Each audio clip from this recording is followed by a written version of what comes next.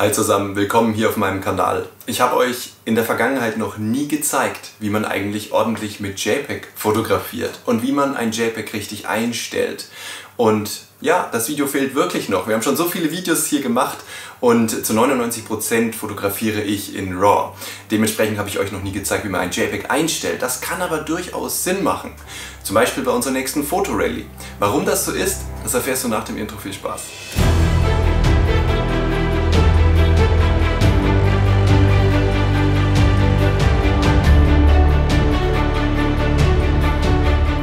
Ja, bei meinen Fotocoachings habe ich manchmal Teilnehmer bei mir, die sagen, sie fotografieren immer in RAW und JPEG. Also man kann die Kamera so einstellen, dass sie gleichzeitig immer ein RAW-Foto aufnimmt und ein JPEG-Foto in einem. So, das kann man natürlich machen. Ich selber mache das nicht. Seitdem ich Lightroom habe, habe ich damit aufgehört, weil mich das irgendwann genervt hat vom Dateihandling, wenn ich 2 Dateien habe. Das ist eigentlich der Hintergrund dabei. Und ich würde aber trotzdem sagen, dass das durchaus Sinn machen kann und ich kann die Leute verstehen, die das so einstellen. Dazu ist aber wichtig zu verstehen, dass wir ja dann trotzdem das JPEG richtig einstellen müssen, denn manche argumentieren, ich möchte das JPEG halt einfach verwenden, wenn ich ganz schnell meiner Familie zum Beispiel die Fotos zeigen möchte. Dann will ich nicht immer in den RAW-Editor rein und in Lightroom ist das ja kein Problem, weil da haben wir eine ganze Bibliothek, wo wir schnell durchscrollen.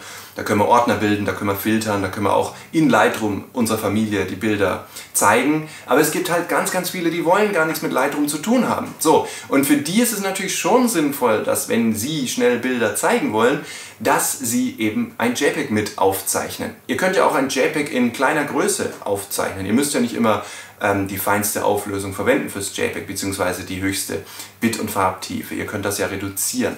Ja, und all das können wir eben einstellen. Dazu ist es aber wichtig, dass das JPEG auch ansehbar ist, dass es eurem Look entspricht. Und wer aufgepasst hat, bei unserer nächsten Fotorally ist es ja auch Pflicht, das JPEG einzustellen. Deswegen mache ich jetzt auch das Video, damit alle Teilnehmer, die bei der Fotorally teilnehmen, sich angemeldet haben, dass die natürlich auch wissen, wie sie ihr JPEG einzustellen haben oder welche Möglichkeiten es da gibt, damit sie auch ihr bestes Bild an diesem Tag in diesen 2 Stunden fotografieren. Vielleicht hast du aber auch erst vor kurzem eine Kamera geschenkt bekommen, kennst dich auch überhaupt nicht aus in der Fotografie und willst jetzt auch nicht mit dem RAW, also mit dem Rohdatenformat anfangen, ja, mit dem digitalen Negativ, wo wir das Maximum später in der Fotobearbeitung rausholen können.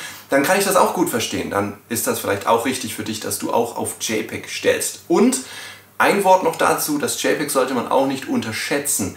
Aus dem JPEG lassen sich auch noch ganz viele Informationen rausholen und wir können sehr, sehr gut noch die Tiefen aufhellen und die Lichter abdunkeln. Auch wenn wir das natürlich im Maximum nur im RAW können. Ja, aber trotzdem probiert das mal aus, stellt eure Kamera mal in JPEG ein und ihr werdet staunen, was ihr in Lightroom aus den Lichtern und aus den Tiefen noch rausholt. Also es ist nicht immer die schlechteste Wahl. Okay, ihr seht schon, ich habe hier eine Farbkarte aufgestellt, damit wir einfach mal die meisten vorkommenden Farben grob darstellen, damit ihr seht, wie jede Farbgebung hier funktioniert in der Kamera. So, wie stellen wir ein JPEG ein?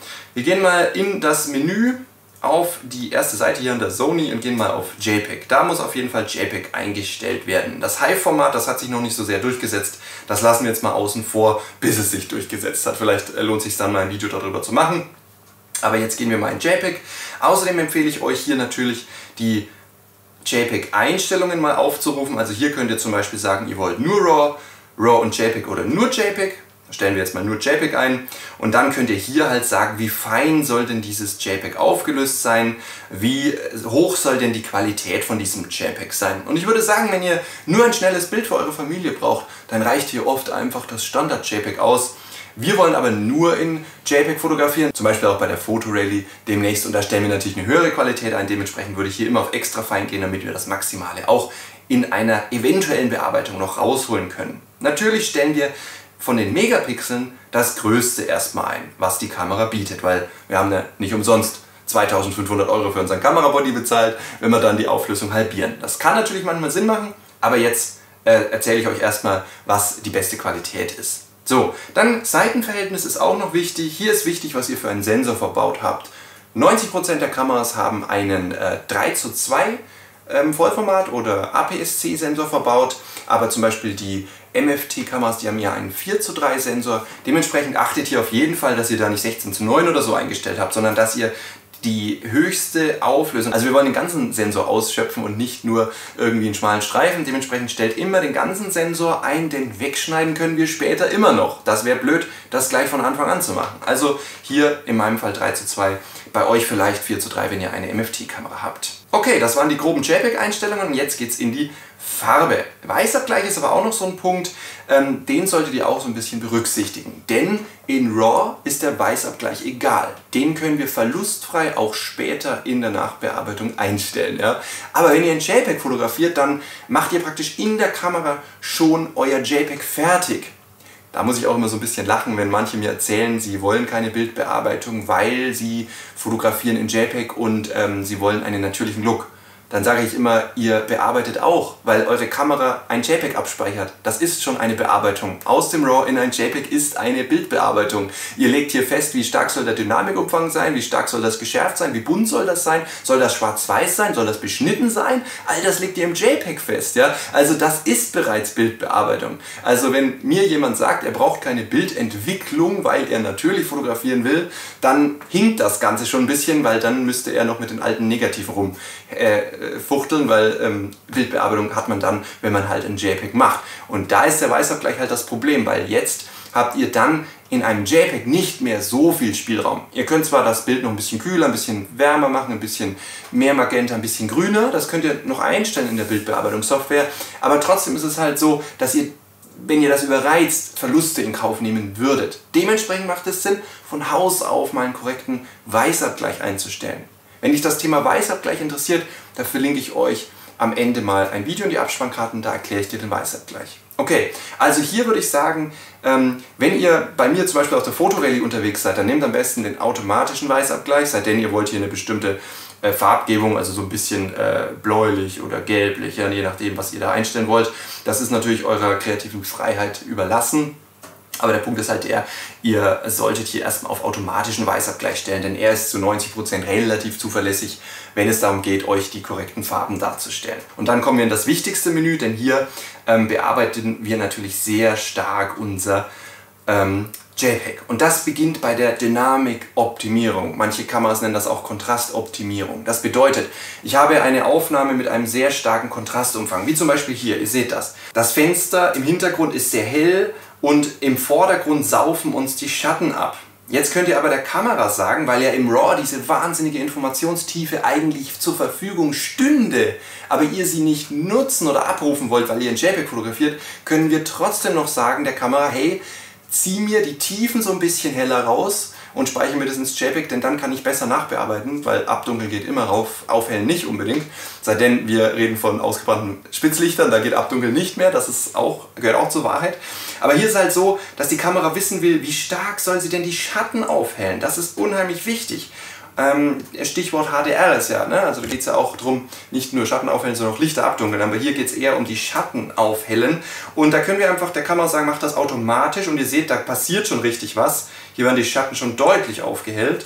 Oder ihr sagt der Kamera, macht das mir Level 1, 2, 3, 4, 5 und stellt da eine Stärke ein. Und 5 ist wesentlich stärker als automatisch. Und ihr seht, wenn ich das jetzt ausschalte, wie die Schatten wieder absaufen. Also bereits hier ist es ganz, ganz wichtig, welche Qualität ihr hier in das JPEG einspeichern würdet. Und das hängt natürlich sehr von dem Dynamikumfang, von dem Kontrastumfang ab, den ihr vor Ort habt. Ja? Also wie hell sind die Lichter, wie tief sind die Schatten und wie viel davon wollt ihr retten. Denn dann müsst ihr Dynamik auf 5 stellen. Ansonsten nehmt ihr Automatik. So mein Tipp. Es kommt natürlich darauf an, ihr könnt auch selber was einstellen, aber hier auf jeden Fall einstellen, dass die Schatten aufgehellt werden, denn das ist auch unser erster Griff in den Bearbeitungsreglern. Meistens zu 90% ziehen wir erstmal die Tiefen hoch, dunkeln die Lichter ein bisschen wieder ab, um die Informationsfülle des Bildes, um den Dynamikumfang wieder zurückzuholen. Ja? So, dann bietet die Kamera kreativen Look, heißt das bei Sony, an. Das heißt jetzt nichts anderes, wie ihr habt verschiedene Settings, die ihr auf euer JPEG schmeißen könnt. Ihr seht, ich habe hier Standard. So, Standard ist aber nicht Standard, denn ich könnte jetzt nach rechts klicken und könnte Standard zum Beispiel im Kontrast herabsetzen. Ja? Kontrast runter heißt auch immer Tiefen heller machen, Lichter abdunkeln. Das ist durchaus nicht so schlecht. Also, überlegt euch, ihr seht, das schwarze Kästchen auf der Farbtafel sauft komplett ab, wenn ich hier auf plus 9 gehe. Wenn ich es zurückziehe, dann kommt das Dunkelgraue wieder zum Vorschein. Ne? Da seht ihr, was Kontrast macht.